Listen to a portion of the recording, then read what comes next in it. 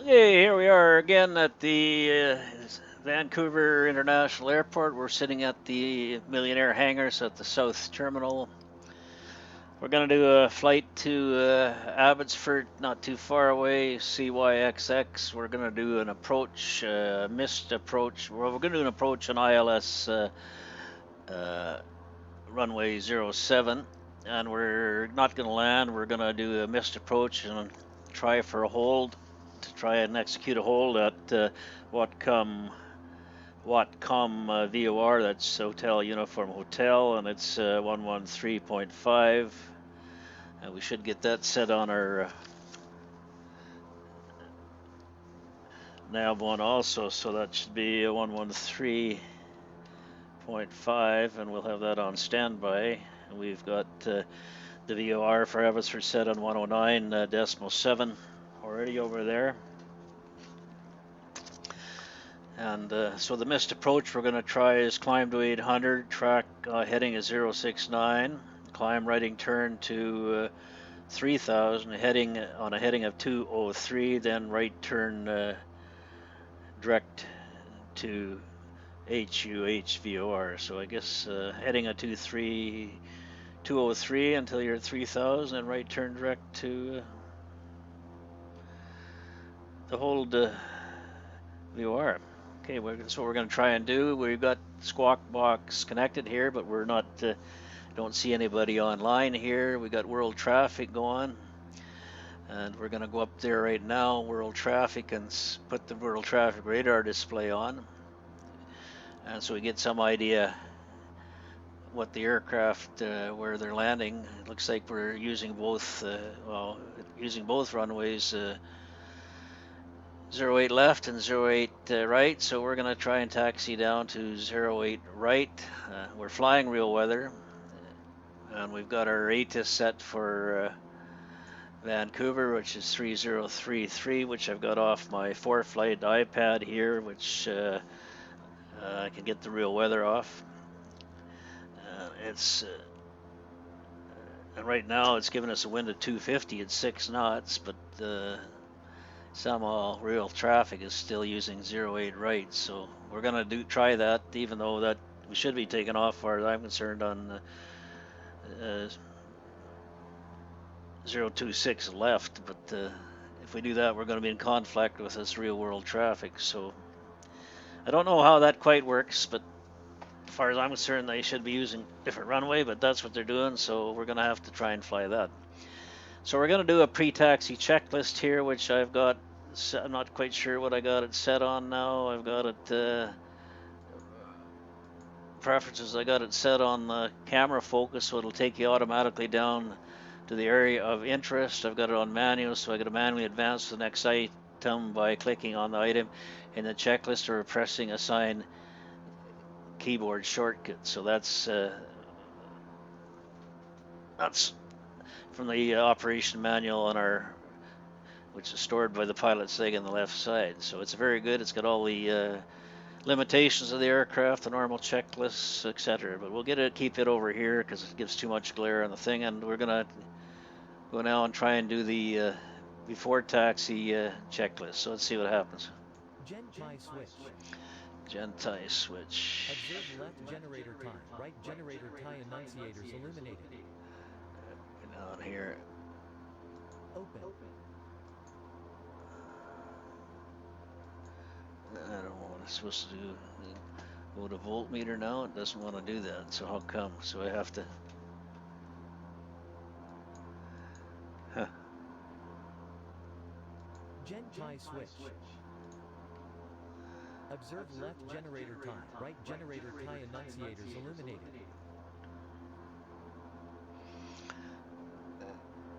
Open. Okay, well it did that. So now I got to go up to the overhead and check the.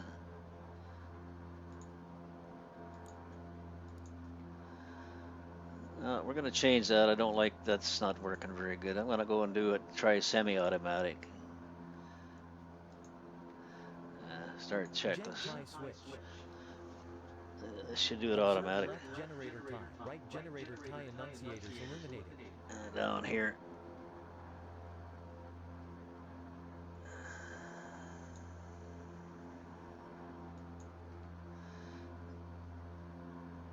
I guess I gotta click too. Voltmeter. It goes up there, right there. Observe center bus at battery voltage.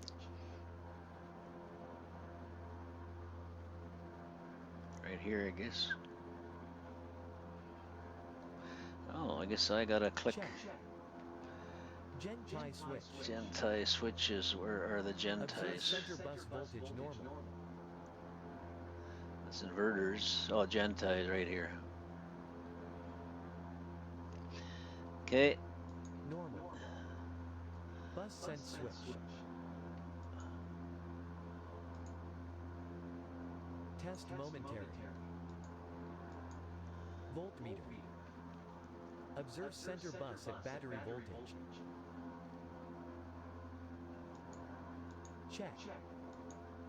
Bus sense switch. Observe left generator tie open, right generator tie open, and battery tie open annunciators illuminated. Rotate the voltmeter bus select switch through each position. Note 0 voltage on all positions except battery, external power, triple fed bus and center bus. It didn't take me up there. Voltmeter. Okay. Check. Bus selector switch. Triple fed. Triple fed. Master panel and cockpit lights. Okay, we got them As on. desired. And cabin lights straight up. Environmental system. Okay, environmental bleed air. Set. Inverters 2. They're on. Both inverters are on. Number 1 and 2 AC bus annunciators extinguished. On check. Avionics master switch. It's on. On. FMS. Okay, Verify and accept. got that in the pop up here over the right Office power monitor. switches.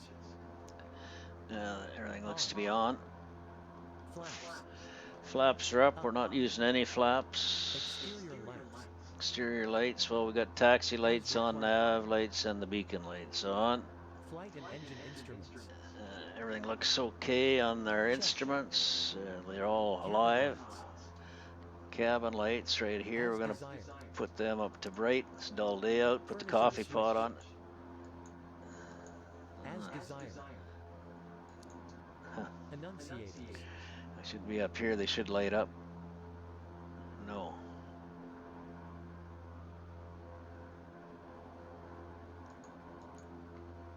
How come they didn't? Test in normal. Huh, they didn't light Flight up. controls. Flight controls. Free and Test. correct. Okay. Flight instruments. Okay. No flags. Brakes. Gonna release them now.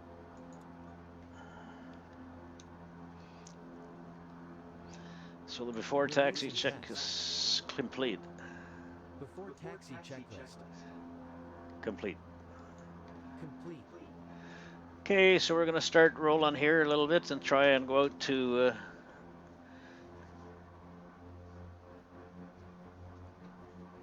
runway 26. Just stop for a second here. And go to the airport and get the airport diagram. Okay, we got the geo-referenced airport diagram on our flight here on my iPad.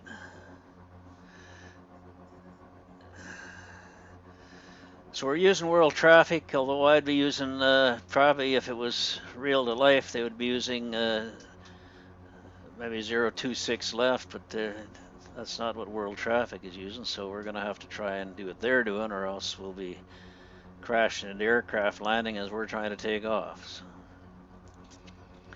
it's trying to do stuff realistically, like fly real weather, but then I'm not sure exactly how World Traffic 3 is geared up to operate, but you'd think it would be timed to real weather, but then maybe they can't. I don't know how it would determine which runways they're actually using, so I don't know. It's better than nothing, I guess. Gives some life to your airports for sure, which is nice. So I got 124.6 on the radar, which is the ATIS. We're not getting ATIS, so we should have 118.7, which is the tower on there.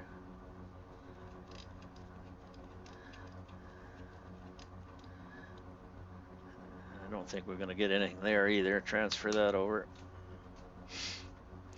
So I'm using all Cyxx stuff here, their multi-panel unit, their radio stack, the throttle quadrants, yoke, all mounted on Wheelstand Pro.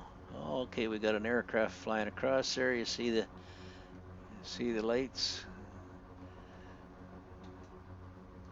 So I'm going to bring up world traffic again and see what the radar. You can't really minimize it, it doesn't seem to me, so you can only set it at 10 miles, but we got about 5 aircraft landing right on top of each other on the runway 8 right here, which doesn't make sense. They're certainly not spaced like they should be, so there's something at world traffic 3 seems to have a lot to be desired yet, I think.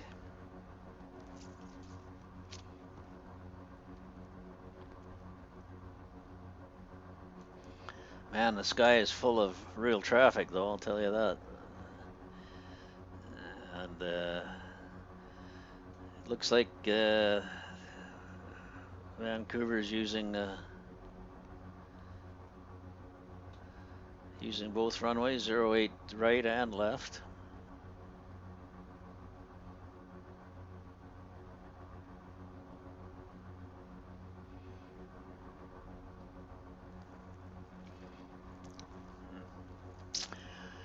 So I've tried this operation what we're going to do today twice before, and for some reason I've had the first go around I had a complete electrical failure. I lost all my instruments, so I only had a couple basic ones left. I still had my engines, I had my artificial horizon and manual trim. That's all I had left. So first time we were able to do a very crappy landing at Abbotsford. The second go around I had another failure. It wasn't a total electric thing, but my power also shut down, so I don't know what the heck happened there. So I don't know whether it's something. Oh, here's another issue with world traffic 3. You got no way of seeing what's taxiing on the runway here.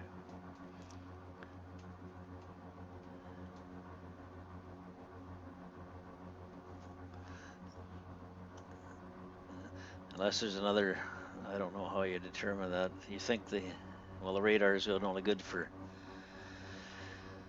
the airport radar, but maybe they should add a ground, some kind of ground radar system too, so you can see where this world traffic 3 is actually taxiing.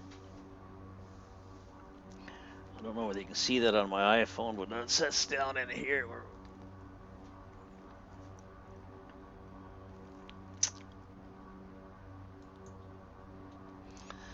So I don't know what's going on. I maybe have a corrupted file or two or something. I shouldn't be losing power, but it depends where you click on this mouse. Sometimes some strange things happen, and right now I've been,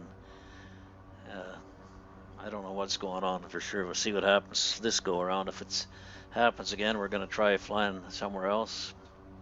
See if we still get the same issue and problem. Flying real weather, so it's not a bright sunny day, but oh, here comes another thing, which we're just going to have to ignore this guy because we got no way to go where to go. I have no way to know how you're supposed to track this world traffic 3, where it's taxiing or isn't taxiing. All of a sudden you turn onto the runway and there you are. You're facing another plane. So I don't know if anybody watches my videos, they can make some comments on that if they know how to control this world traffic 3, or I need some other software program that you can see what's taxiing on the runways, but that wouldn't necessarily show up the world traffic 3 stuff. So this flight simulation stuff isn't perfect yet. Now here comes another guy coming off. He must have landed. He's going to be coming right down here at us now, so he's not going to pull over, so we're going to pull over here. Lucky we had a spot to pull over. Let him go by and then go back around. Weird. It really takes away, you sure like to see all the life and activity on your airport, but the realism is lost when you have to drive through aircraft all the time, or they're driving through you. So I don't know, something not right. That's World Traffic 3. I haven't gone in and read the manual in that. I should do that, I guess, sometime, and maybe there's some solution to the issue. Anyway, before we enter runway 08 right, where, oh, I see the runway 31 is active in front of us too. Our aircraft just took off across there. So anyway, we're going to do a final items before takeoff checklist before we enter the runway for taxi. Again, I don't have anybody on Squawk Box, it doesn't look like, so I don't know, it doesn't seem, I guess depending where you're flying, you might have controllers around, but up here in the Vancouver area, I've seen one fellow that's been on twice, that's all I've ever seen. So it seems to be only one guy up here that's, one gentleman that's flying or acting as an air traffic controller, or he was attached to the tower all times I saw him, so. And, so it's not much. I guess maybe if you're flying in airports in the States or something there, a lot of them, they have a lot more guys acting as air traffic controllers. I don't know. If you fly Pilot's Edge, which is very realistic, I think, you've actually got the air traffic controllers are actually, I think, retired air traffic controllers, and it's very real. And then, of course, you can get into flying shared cockpits with Pilot's Edge, and it's about as real as you can get. Oh, heck, now here's a guy that just landed on runway. Wild. Just landed on runway 28 left. And you look at the radar up here, and it's got all kinds of traffic coming in and landing on. Well, I should say he took off on runway 26 left, and yet you got traffic coming in and landing on 08 right, so same runway. So, I don't know. Not too realistic. I guess you can have the aircraft floating around, but you just, for sakes of reality and videos, you can just ignore it. Try and pretend it isn't there, except when you want it to be there. I have learned a couple things. I don't know whether it's correct. I did read it online somewhere that you can actually control your taxi speed a lot better with just using your condition levers, which I find to be true. I can still stay in Bravo mode there and taxi at a reasonable rate. Otherwise, you're jumping between Bravo mode and Alpha mode, and when you get into Alpha mode, all of a sudden you're going too fast. But you can leave it in Bravo mode and just use your condition levers, as long as that's not against anything in the operating manual or harmful to the aircraft. It seems to be the easier, maybe the more proper way to control your taxi speed. I've done a fair amount of looking at this 350 King Air online to find out how to use these condition levers, and man, I get a real mixed bag of methods, when and where and how. One site I saw, it says for most 350 King Air operations, you don't have to have it beyond low idle up here. So there's a guy taking off same way we're going to be taking off on 08 right, so that's okay.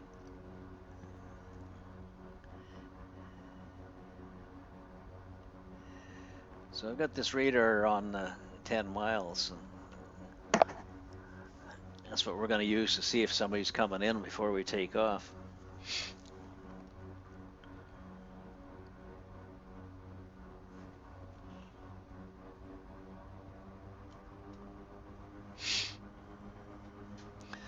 I'm going to actuate my FMS right now. There we are. That's for when we get going, we can track our routing to Whiskey Charlie and then to the ILS. Oh. I don't know, that seems to be wanting to go a little bit different throttle setting. That doesn't look so good either. So What's going on there now? We're gonna go halfway between Bravo and Auto, or Alpha mode, I should say. I should get these before takeoff checklist up.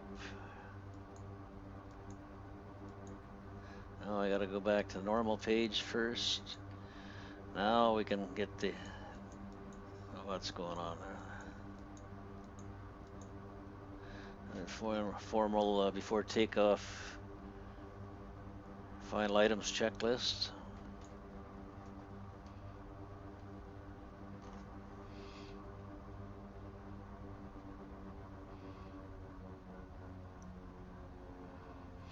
Okay, we're coming to the end of the taxi. About to turn on to the approach to runway 08 right, Vancouver. My rudder pedals, I just don't fit my shoes very good.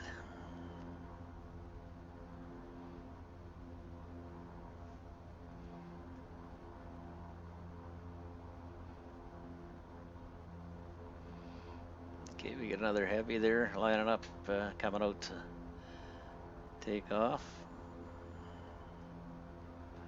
Okay, we're going to stop here now and do our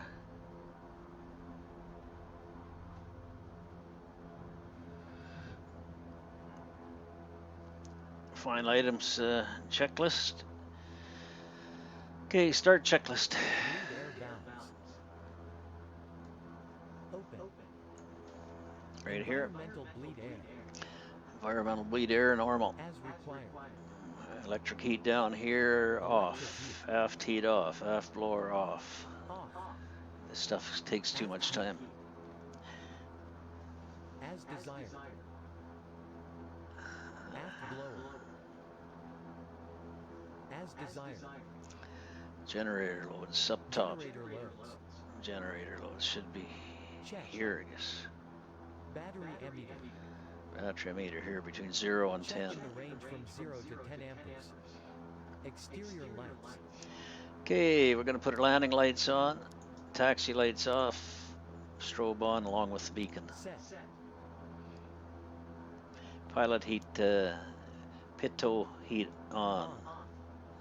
Where is that? Protection. I don't know whether that's on or off.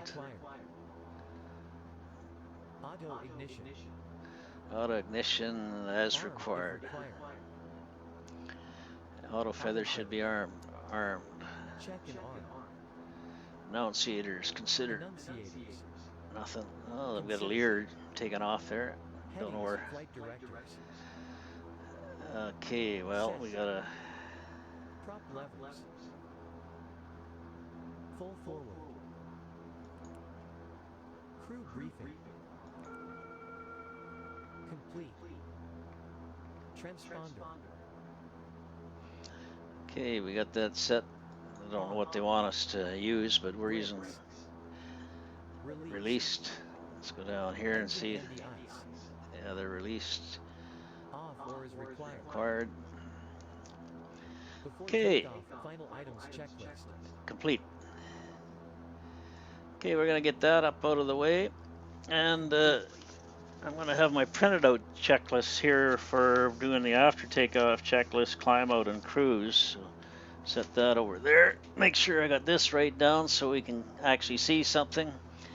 Gonna bring the radar up. Boy, we got aircraft taking off one after the other on top of each other here, so that doesn't seem too good. So what do we got coming in here? We don't have anything coming in this run. We got one way out there. It looks like he's come, but we're cleared to, oh, unless this guy's gonna go here in front of us. Looks like he is too. We got a heavy there, so we got a hold for him. With all this traffic, we might not never get off. Put the window down here. Okay, our props are full ahead. Let's check the flaps are up. We're not going to use any flaps. Our trim, let's see, we haven't got that set where we should. Should have set that before. Trim was set. And we got our radios set, checked, 109.7 for nav 1. I didn't put in my ADF though yet. I should do that. And which for ADF for White Rock is 332, so I should set that on there while we're waiting here. So we got that going. Now where are we here? Okay, I think we're, oh, there's a guy on final right out here. I can see him coming.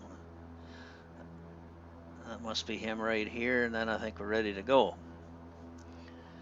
So as soon as he lands, we're gonna taxi out there and go before this other big heavy comes. I'm gonna put my idle up a little. We got a guy coming in here from our left. See him pass. We got another Air Canada coming out here to go, and I better get out there. This world traffic. Oh.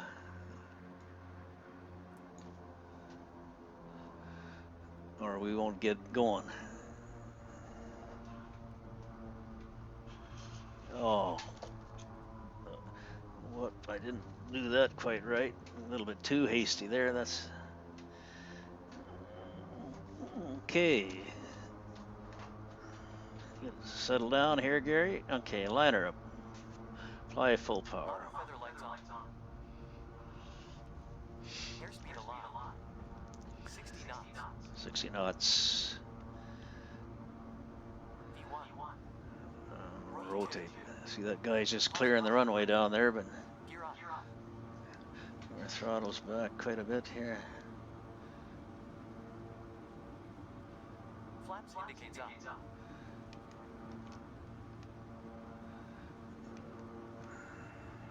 Flaps up. Climbing out at 158. That's Gear indicates up.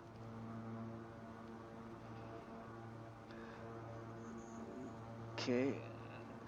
Okay, we're gonna arm the nav. We're gonna see what happens. That's good. And we're gonna arm the altitude. Autopilot.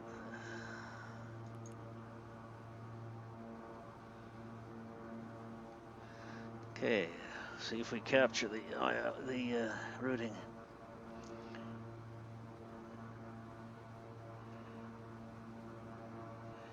It's climbing out about 167, which it should. 1,000 feet to go for the altitude. Bring our pitch back to 1600.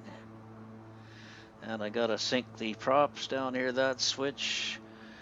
So our after landing checklist, landing gear up, trim for climb, we're doing that. We're climbing out at 167, or we're using the climb mode. Bounce relates, nothing, engine instruments good. So climb out checklist, prop, we've synced that. Prop sync on, autopilot, we got that on and set. Landing lights we're gonna leave on because they're gonna be going at only at 3,000 feet. And we're climbing out at 167 knots. What happened there? I guess we captured our altitude. That's what's happened. So I want to get this down so we don't get too much speed. Okay. Now we want to go direct to, since we're on vectors, we got to engage the, go direct to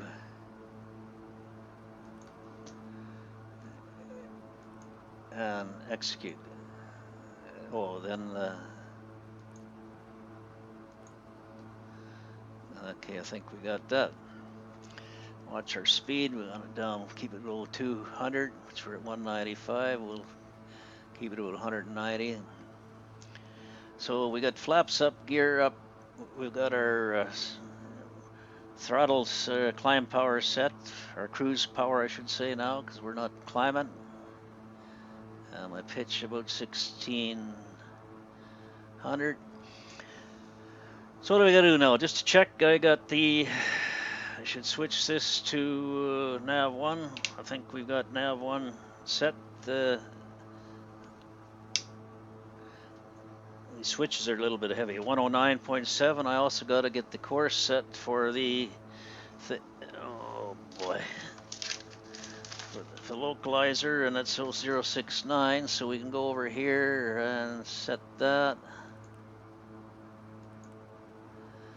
069.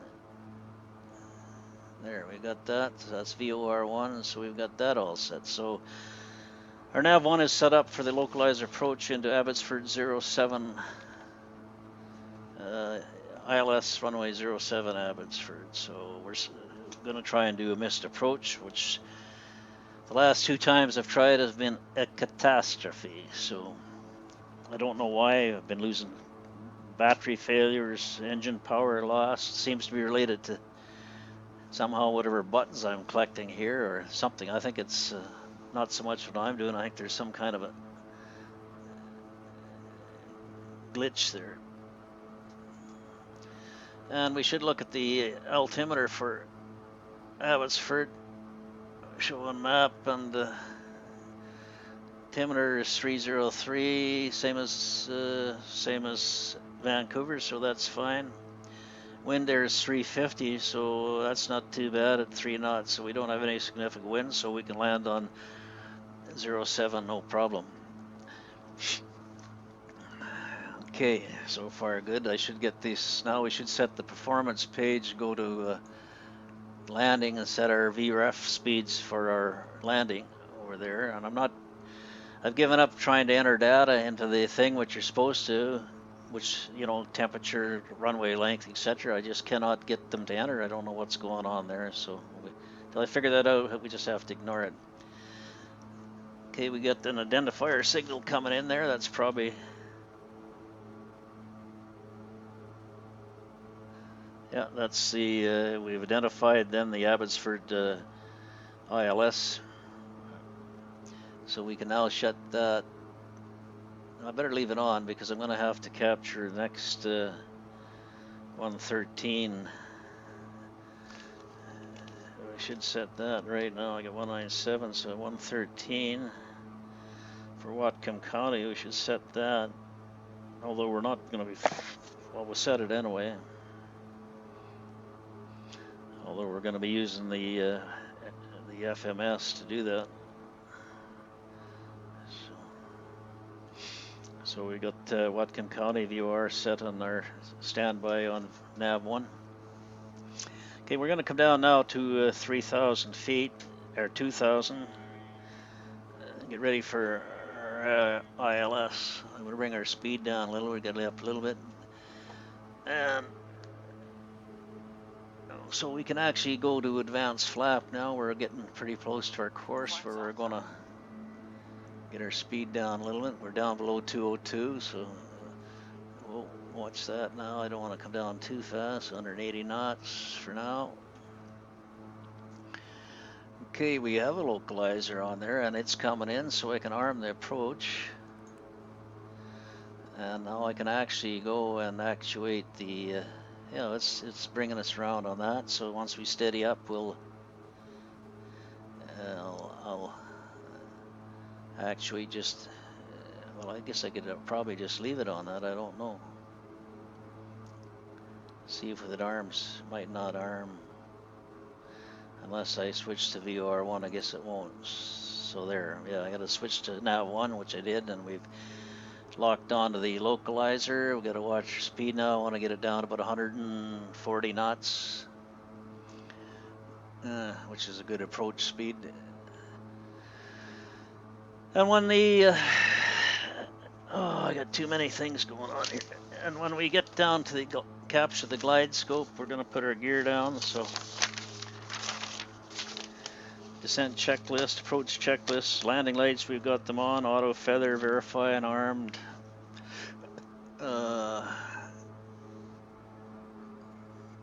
Looks like it's, I can't check it without going down to this auto feather. Should be armed. It is. Fuel balance is fine. Check whether we have landing lights up, propeller, we full head, pitch, flaps, speed, landing gear, establish 130 on torque 35 for speed, but that doesn't, I think I found 140 is better. Oh, now we got to put our gear down. Well, I don't, because that's just the gear alarm. Okay, we can bring it down to 130. When we capture the glide scope, we're gonna, that's the gear alarm. So we're gonna put that down so we don't have that bleeping in our ear.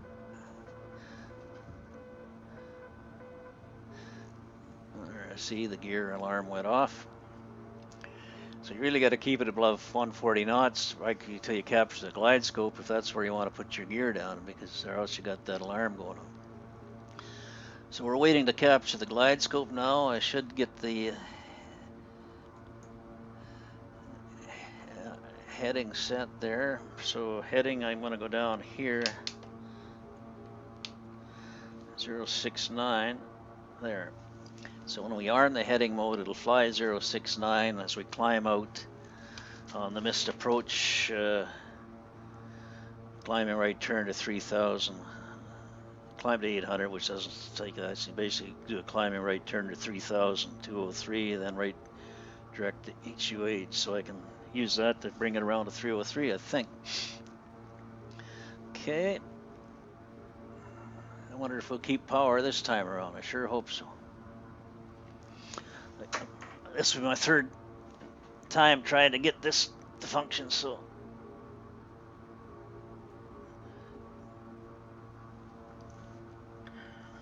See the runway ahead there, so we're locked on the localizer, not the glide scope yet. And we got our speed 133, which is okay. I'll start letting it, when I get to the glide scope, we'll start bringing it down to 120. I'm not quite sure what we're supposed to be there. Landing checklist, landing speed is 100 knots according to this, so for the threshold, I guess that is what you want to be down to, and our VREF speed is about 100 knots right on the thing there, but we're not going to be landing, so we've got the glide scope now. We've captured that, so we'll let our speed come down a little more. It's starting to go up. So gear down, flaps down. We're set up to do the hold. Oh, I can put the altitude now for the hold at 3000. And I'm going to go back now to heading mode. There we are. So we'll get 3,000 foot for our missed approach. We can do that once we've captured the glide scope and the approach mode. So my next thing is I got to just, when I'm overflying the runway, I'll arm the heading, fly the heading mode. And we'll just fly that till we come around on 203, and then we will arm the nav. See how that works. So 500 feet to minimum. I don't know how I arm the heading. If I can set heading on there and see what happens. That'll probably arm the heading mode just when I punch that. Watch my speed. 200 feet to minimum. So we got to arm the heading mode, gear up, flaps up. 100 feet to minimum.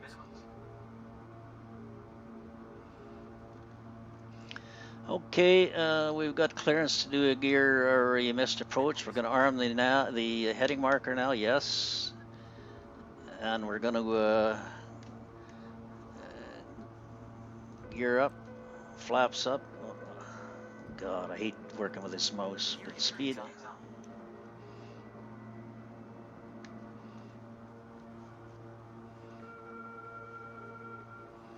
Oh, I lost the heading mode now, or the autopilot.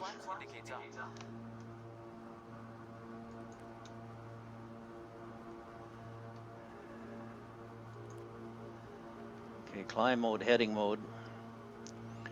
So it should climb up to the 3000. Bring my over Tarkin here a little bit.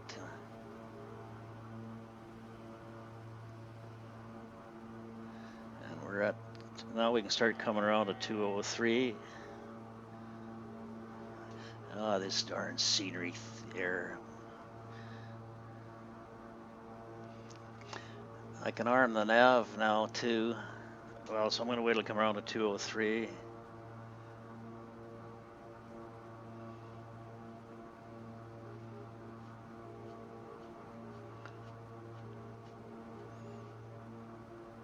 Okay, as soon as we settle on 203, we're going to arm the nav.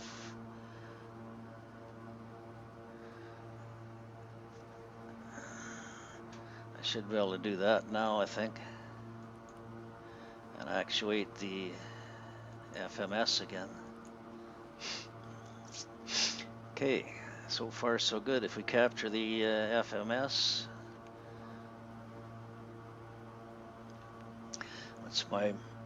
what are my torque levers? I want to bring them down a little bit. I don't want to get way too much high here speed. Okay, what's happening now? What's happening? Okay, maybe we're still okay. Oh, I got an aircraft flying across in front of us, so yeah, we're just capturing the thing, and we're 9 miles from Whatcom VOR. I can also switch that now to that. And that's, yeah, so VOR one went on to that. If I had a course, we could just steer on that. So we're using the nav mode, tracking the FMS, which should capture the hold, I think. And then we're going to try and come back, capture the ILS and the runway and land in Abbotsford. My speed's way too high there.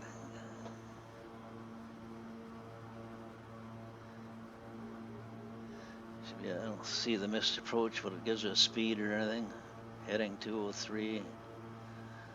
The hold doesn't specify a speed that I can see. And we're 5 miles to Whatcom County.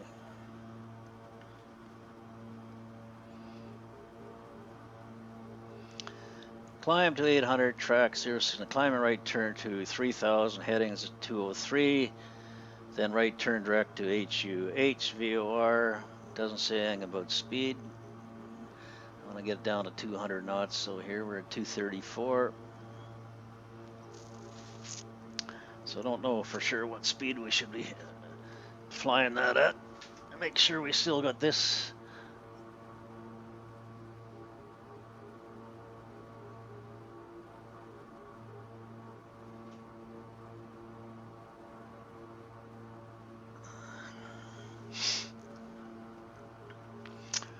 Okay, are we going to lose power this time?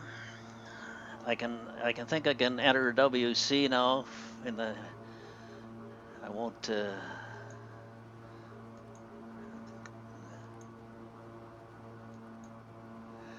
Once we exit the hold, we want to go back to White Rock to intercept the ILS. And I got, okay, what's happening here? We're,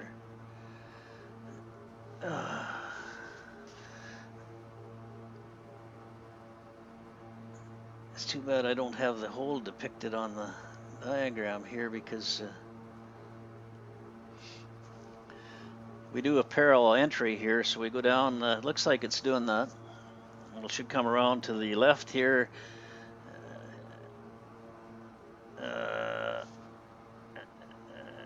Yeah, kite, and then right back to HUI, or HU Uniform Hotel Direct, and then we'll come back on an outbound leg of 230.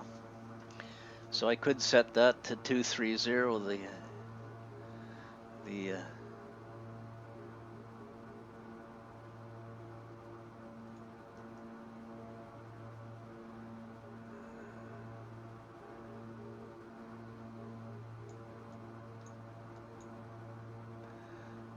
okay, so the inbound, so I can be using that also to fly the hold again somehow. I got to learn how to do that.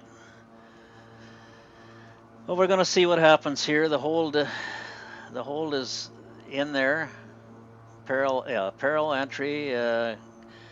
Quadrant 230 is the outbound leg, and then the inbound is 050 right turn 1 minute leg. So let's see what happens. It should start. Yep, I was just going to say it should start coming around now. It's done that. Got to watch my speed a little bit. Well, so far a lot better than we got a big tank farm down below here. I don't know what that's. Probably in the U.S. because we're on the American side of the border right now.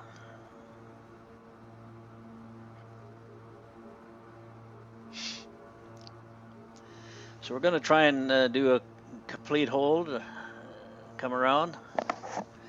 We're just doing the entry right now, which is called a parallel entry, which I'm just a good way to learn these. There's three types of entries: direct, parallel, and teardrop. And this one is a parallel thing because we got to come around the outbound leg. It's a right turn, which is well, that's a standard turn, I guess. That's a standard entry. What's my speed? Yeah, we're going to come right around now to the VOR Hotel Uniform Hotel, and that's what we're doing. It should start to, as soon as we're aiming direct for it, it should detect that. And I've got the outbound leg here 230, so but that would be right on the thing, so it won't. When we come back around, it'll be parallel to that on the other side. I got that right? Yeah, I think so. Interesting stuff. That's what we're trying to do, the hold there. I don't know whether you can see it or not. That's what we're trying to fly.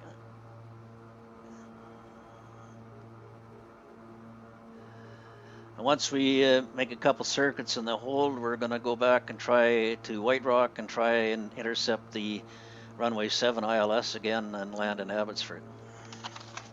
And I've still got that set on my thing. We will have to change, though, the course once we do that. Because right now, I don't know whether they'll automatically go back to that course heading. I don't think so. Okay, about a couple minutes here. 1 minute. We'll be starting a turn around to the right again. We're on a heading of 230, and we'll be on the outbound leg of that. We go for 1 minute or a mile. No, 4 miles, I think it is. And I should go back and see what that says there on the hold page. One leg time 1 minute, and the leg distance 4.4 nautical miles. So, okay. And then you got exit hold there when we want to exit the hold. So, okay, now we're doing what we're supposed to be, turning to the right, coming around to the outbound leg of 230. Of course, this represents 230. We're crossing over that, but it'll be, yeah, when we get around, it'll be come back over this side, I think, because we're crossed. No, it'll stay on this side because that's where it should be, the 23 radio, right? So when we come around, we'll be tracking our parallel to that. And I think you can see that on the iPad there, maybe.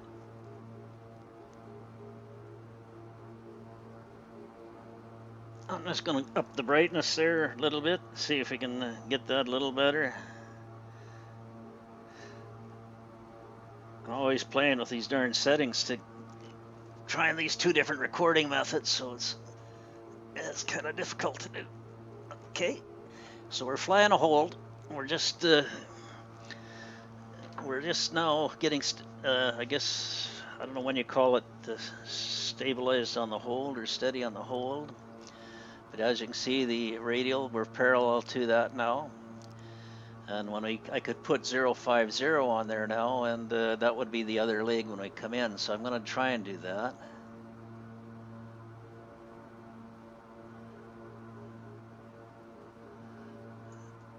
Zero 50.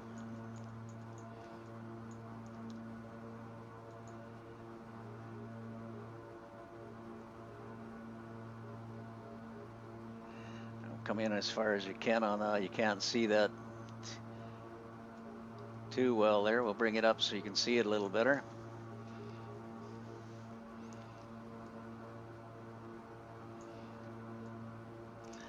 I like using these 2D pop-up things. For me, it's makes it a little easier. This zooming in and out I don't like doing. Okay, now we're making the turn right around, and we should come in. The inbound radio 050 should be right on our FMS. They should coincide. think. 197, so that speed is good. With this one come down any lower.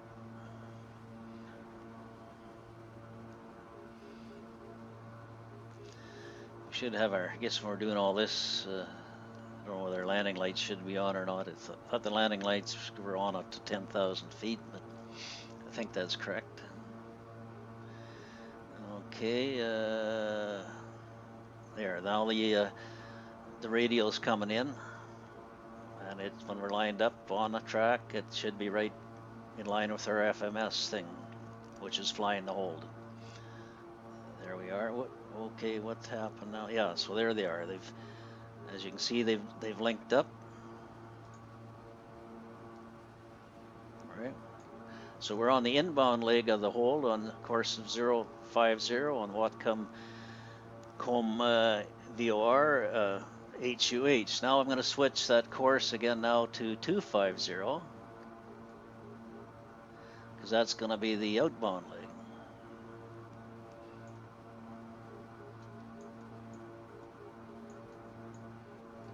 There, we just crossed over, and it'll.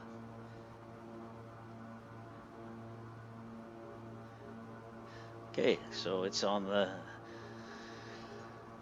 Oh, explain how it is anyway. I'm gonna get that back down. It's a little bit out of the way here.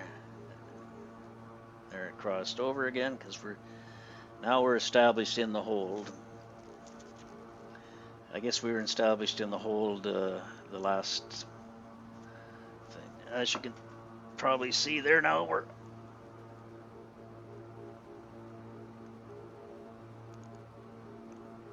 flying the hold. I want to just get this a little bit better.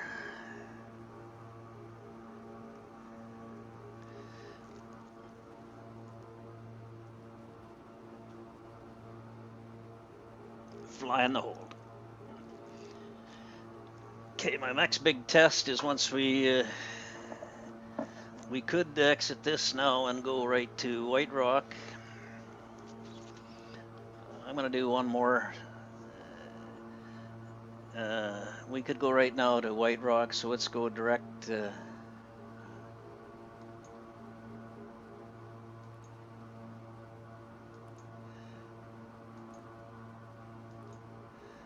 Okay, and then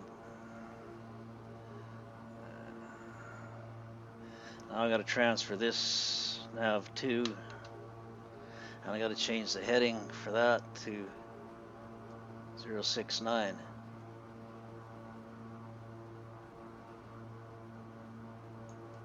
Something doesn't seem to be right here at the moment.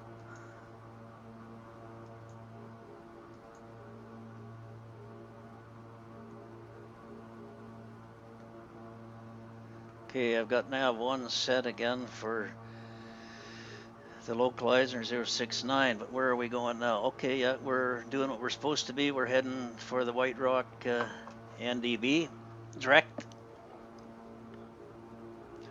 So now we got to get our speed down a little bit more, so I get the one, and we're going to go down to 2,000 feet.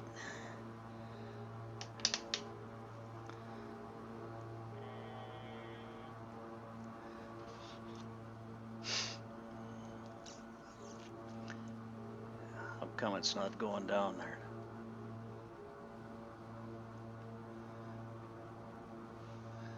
Oh yeah, we're descending. Okay. Now we want to capture the ILS. Once we get the localizer, it'll be quite, it's not a very good intercept angle. In fact, it's absolutely atrocious intercept angle. What's going to happen, I don't know, because it's a pretty steep. You've got to come around like 275 degrees. That's not going to work very good.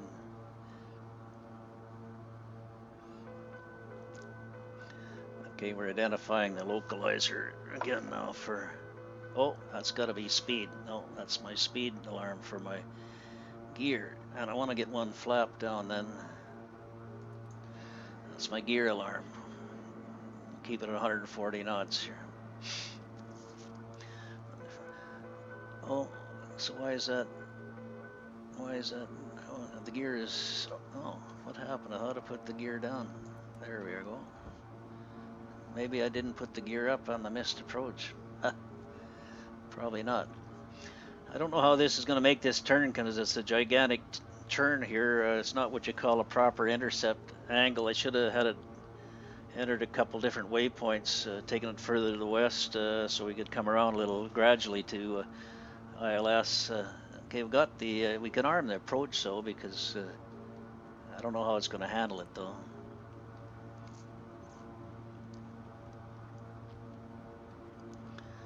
I think we can go and do that now because the thing is coming in. Whether it'll turn there or not, yeah, it's going to turn. Good. So we're capturing, we've captured the localizer. But we've got quite a big turn to make here to get lined up. And I've got the course 069. We've got 1 notch of flap down, gear down. 139, I want to bring that down just a little bit. I don't need this thing to be so big now. Get it out of the way a little bit. Yeah, see, I'm going to slow her down. Well, I can't slow her down anymore, but it's a pretty big, too big a turn for it to get, it's not a proper lineup at all. So whether we're successful here or not,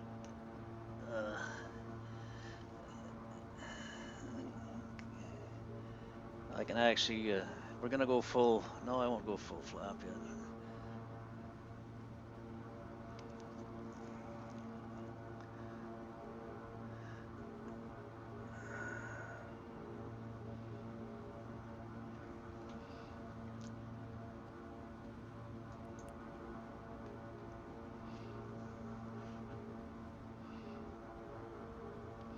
We're going to have to swing around again to the left here. Okay, the localizer's coming in now. We're getting back on track here. Okay, next thing we got to do is capture the glide scope. We've got our gear down already. Flaps. I'm going to go down full flaps now. It's a little early, but we're going to keep our speed down here because we had a lousy lineup here.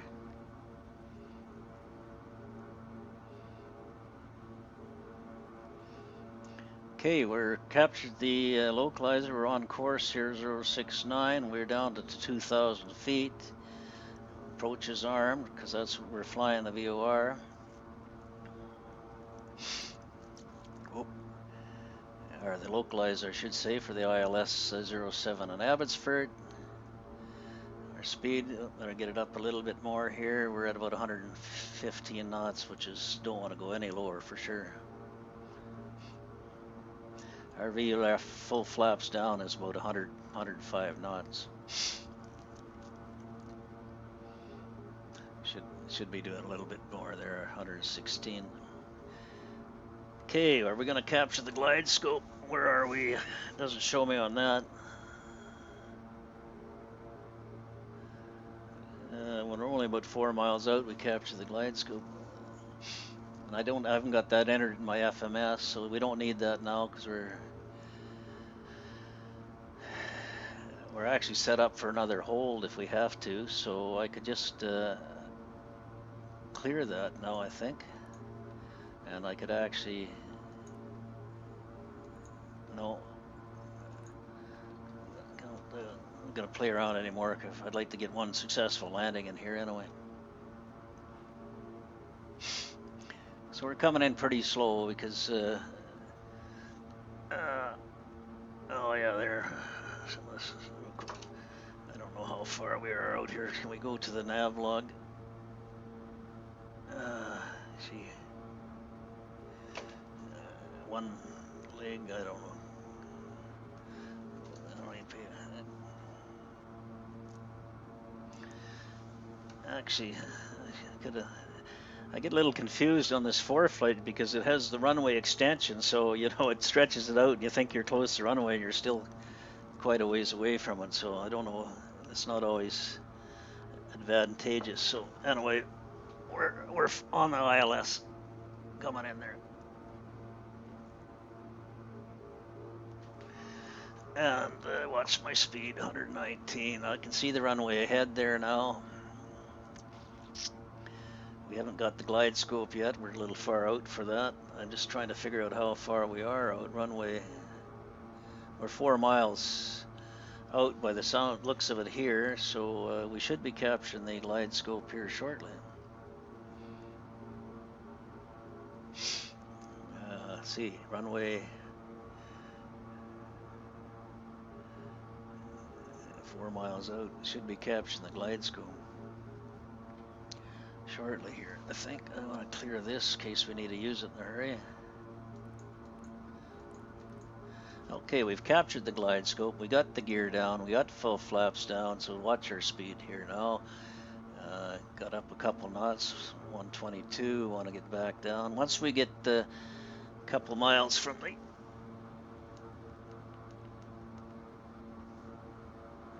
runway, we'll disengage and fly the thing manually. Disengage the autopilot. 1,000 feet to minimum. Watch my speed. We're at 120 knots. That's holding good. Props are full ahead. I'm going to come bring my low idle down a little, because once you're on the runway, it's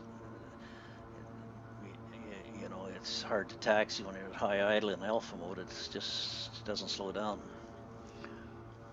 So that works pretty good there. Just keep it high enough. You come down a little too low, and all of a sudden you lost your engines. There should be a catch there that stops you from going an indent or something, so you don't go down without deliberately pulling it down below there.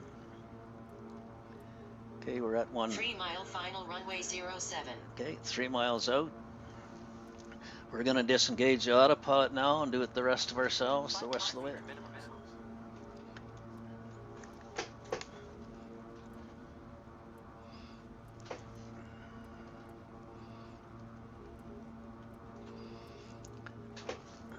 Adjust my chair a little bit here, too close.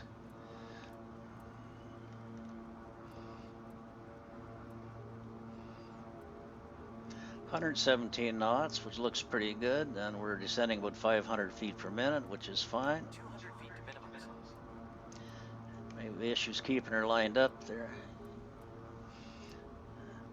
500. God, wants to go. Oh, I got a plane. We're landing right on top of a plane there. Wow, that's real traffic. I didn't have my radar on there to see what's flying around. Oh, that's interesting. Boy, the scenery is pretty good. This is X4 X-plane scenery, I think.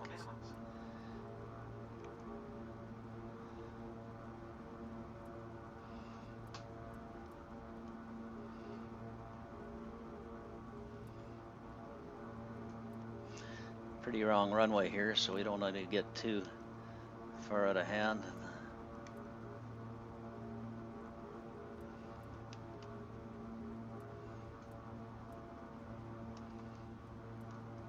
I'm a little bit high here.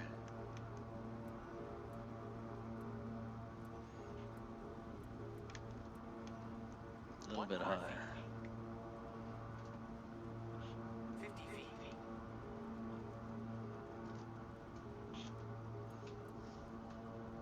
Props full. Ooh, little bouncy. Little bouncy. Keep it on the runway here. A little bouncy there. I flared too soon, or I pulled the throttles back just a little too soon.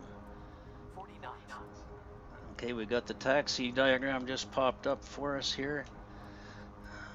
Georeference taxi thing. Whoa, whoa, watch, I was looking at my map, not looking out the window. And I gotta come down in the Bravo mode here now. And swing it about back to the terminal. Well, I think I can upload this one. We successfully flew the hold and we successfully come back to Abbotsford. Whoop. We're going to have some world traffic here landing on us. It keeps coming in steady, you know. Abbotsford's not that busy, so I can't get off. Well, we can get off at C4 here. We'll see. Probably get run over before then, but we'll keep it over to the right side of the runway here. Try and keep out of the way of this World Traffic 3, which is not realistic, but it's there. I can't. I like seeing the aircraft around, but it doesn't seem to work realistically with me when you're unless you can figure out where your traffic is going to be. And I should have been using that world traffic radar, I guess. And I don't know how that World Traffic 3 also integrates, say, with Squawk Box or something like that. But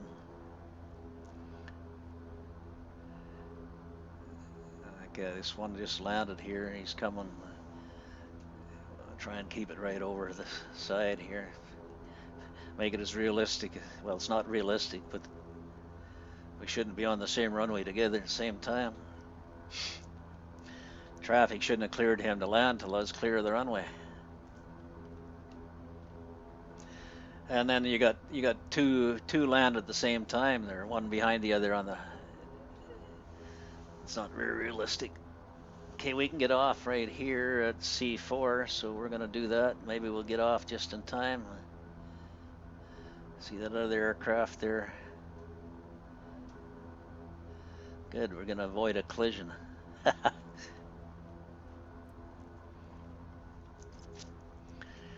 Well, that makes me feel a lot better. I guess my problem was you punched the wrong buttons the wrong time there. Like I've had the last 2 times I tried this hold, I had a complete electrical failure the first time. We were able to land. I've got off a landing in Abbotsford, but I just had my very basic. I had my engines. I didn't have my speed bugs. I had the engines. I had artificial horizon, and I could manually trim, but that was it. And yesterday I tried it again, and we had lost power, and I had to do a belly landing out there somewhere to the west of here. Today it went good, so I don't know what the problem was those last 2 days. This is good practice. The better flying because you learn how to do stuff a lot quicker. Approaching runway 01. Okay, I'm going to do that again. I like flying these holes because you got to get to do it. So entered runway 01. 4,300 feet remaining. You also learn the different entries, which is another thing. I'm self-taught here, trying to learn IFR and fly the twin prop. I've got a private license, but it's like 100 years old. Well, I got it 40 years ago, so I had very few times. So I've used the FSX simulator a little bit in the past, but not that much. I really like this X-plane, but now we got the new Microsoft Flight Simulator coming out next year, so it's going to be curious to see what that is. The scenery in it looks like unbelievable. You can do a VFR flight anywhere in the world with real scenery, so I think X-plane will have a hard time competing with that. Okay, I'm just going to swing it around. We got Air Canada parked right beside us here. I want to go in close enough so you can see the name on the terminal, I hope, right there. Okay, I don't know whether that'll show up or not. So we're going to go down below here now and put the brakes on. Go up to our throttle quadrant here and go to fuel cutoff. Shut our avionics off. Master thing off. Put our idle levers, condition levers back up so they don't shut down when we start it up next time. Go back outside here.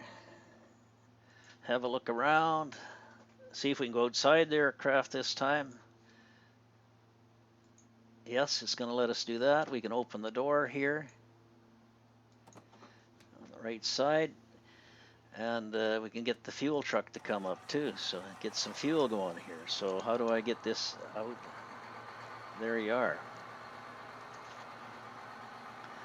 I think I can go outside the plane there. Maybe we can get a different view on things.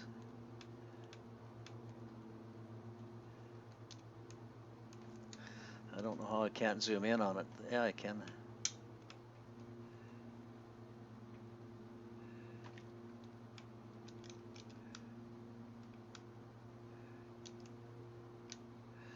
So you get the fuel truck, and there we are. That's good, eh? I'll take a screenshot of all that and see if I can do that. Screenshot. Okay, we're going to shut shut everything down, folks, and thank you for the flight. Shut down the Movavi screen capture software over here.